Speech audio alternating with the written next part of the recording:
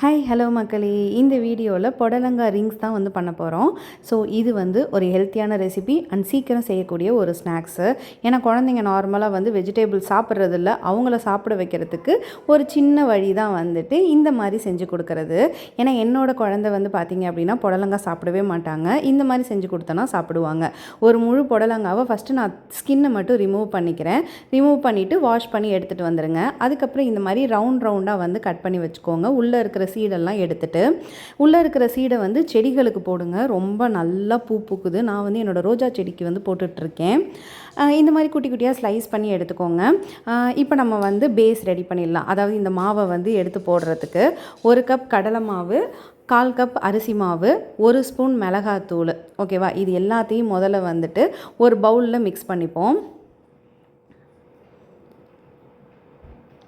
Mix பண்ணினதுக்கப்புறமா இதில் ஒரு 1/2 pinch வந்துட்டு மஞ்சள் தூளும், ஒரு 1 பிஞ்ச் வந்துட்டு பேக்கிங் சோடா, உப்பு எல்லாத்தையும் சேர்த்து மிக்ஸ் பண்ணிக்கோங்க, கட்டி படாமல். எண்ணெயில் போட்டு பொரிச்செடுத்தா அதில் வந்து ஹெல்த் பெனிஃபிட்ஸ் இருக்காது அப்படின்னு சொல்லுவாங்க. பட் எதுவுமே சாப்பிடாத குழந்தைக்கு ஏதோ ஒரு ஆஃப் பெனிஃபிட் உள்ளே போனாலுமே நல்லது தானே. நான் வந்து அப்படி தான் நினைக்கிறேன்.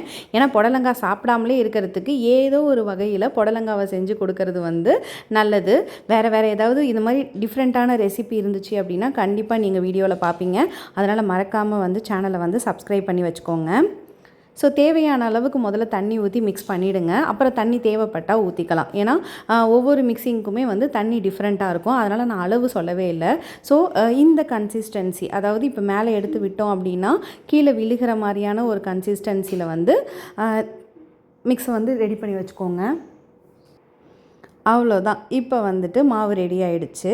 நம்ம ஒரு வாணலியில் எண்ணெயை ஊற்றி சூடு பண்ணிப்போம். கொஞ்சம் எண்ணெய் சூடு ஆனதுக்கப்புறமா நம்ம கட் பண்ணி வச்சுருக்கிற புடலங்காவை எல்லாத்தையும் மாவில் வந்துட்டு மிக்ஸ் பண்ணி உள்ளே எண்ணெயில் போட்டு எடுக்க வேண்டியது தான். ஃபஸ்ட்டு டைம் போடுறப்ப மட்டும் கொஞ்சம் வந்து எண்ணெயில் ஒட்டுற மாதிரி இருக்கும். ஏன்னா எண்ணெய் கொஞ்சம் சரியாக சூடாகாததுனால அப்படி ஒரு ப்ராப்ளம் வரலாம். நீங்கள் வந்துட்டு அடுத்து கொஞ்சம் ஹையில் வச்சு எண்ணெயை போட்டு எடுத்தீங்க அப்படின்னா கரெக்டாக இருக்கும்.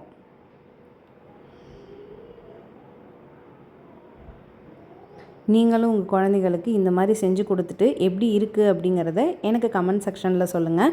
நானும் தெரிஞ்சுக்குவேன். இந்த மாதிரி குழந்தைங்களுக்கு செய்யக்கூடிய டிஃப்ரெண்ட் ரெசிபி அண்ட் சிம்பிளாக அண்ட் ஈஸியாக செய்யக்கூடிய நிறைய ஃபுட்ஸ் ரெசிபிஸ் நான் வந்து என் கையில் வச்சுருக்கேன். கண்டிப்பாக அது எல்லாமே அடுத்தடுத்த வீடியோவில் வந்து நான் போடுறேன். ஒரு பக்கம் நல்லா வெந்தக்கப்புறமா அடுத்த பக்கம் நல்லா திருப்பி விட்டுருங்க. இந்த மாதிரி என்கிட்ட இருக்கிற எல்லா புடலங்காவையுமே வந்து நான் போட்டு எடுத்துக்கிட்டேன். இதுக்கு நீங்கள் வந்து சாஸ் கூட தொட்டு சாப்பிட்லாம். சப்போஸ் குழந்தைங்க நேராக சாப்பிட மாட்டாங்கன்னா நான் வந்து ஆனியன் வச்சு தான் கொடுத்தேன். பாப்பா வந்து ஆனியன் வச்சு சாப்பிடும்போது அது ஒரு ஃப்ளேவராக வந்து இருக்கும். நார்மலாகவே இந்த பஜ்ஜி கூடலாம் ஆனியன் வச்சு சாப்பிட எங்கள் வீட்டில் இருக்கிற எல்லாருக்கும் பிடிக்கும். ஸோ நான் மேக்ஸிமம் வந்துட்டு ஆனியனை வந்துட்டு சைட் டிஷ்ஷாக கொடுத்து இன்றைக்கி வந்து சாப்பிட வச்சுட்டேன். ஃபைனலி இன்றைக்கி மிஷன் அக்கம்ப்ளீஸ்ட். ஸோ பாப்பாவை வந்து நான் புடலங்காய் சாப்பிட வச்சாச்சு. ஸோ நீங்களும் இதே மெத்தடில் ட்ரை பண்ணி பாருங்கள். ரொம்ப நல்லாயிருக்கும். மாவு மீதி இருந்துச்சு அப்படின்னா அதில் வந்து வெங்காயம் இல்லை வாழைக்காய் ஏதாவது போட்டு நீங்கள் வீட்டில் வந்து பஜ்ஜி கூட சுட்டுக்கலாம். ஏன்னா இது பஜ்ஜி மிக்ஸ் தாங்க. கடலை மாவு அரிசி மாவுலாம் சேர்த்தாலே அப்படி தானே இருக்கும். ட்ரை பண்ணி பாருங்கள்.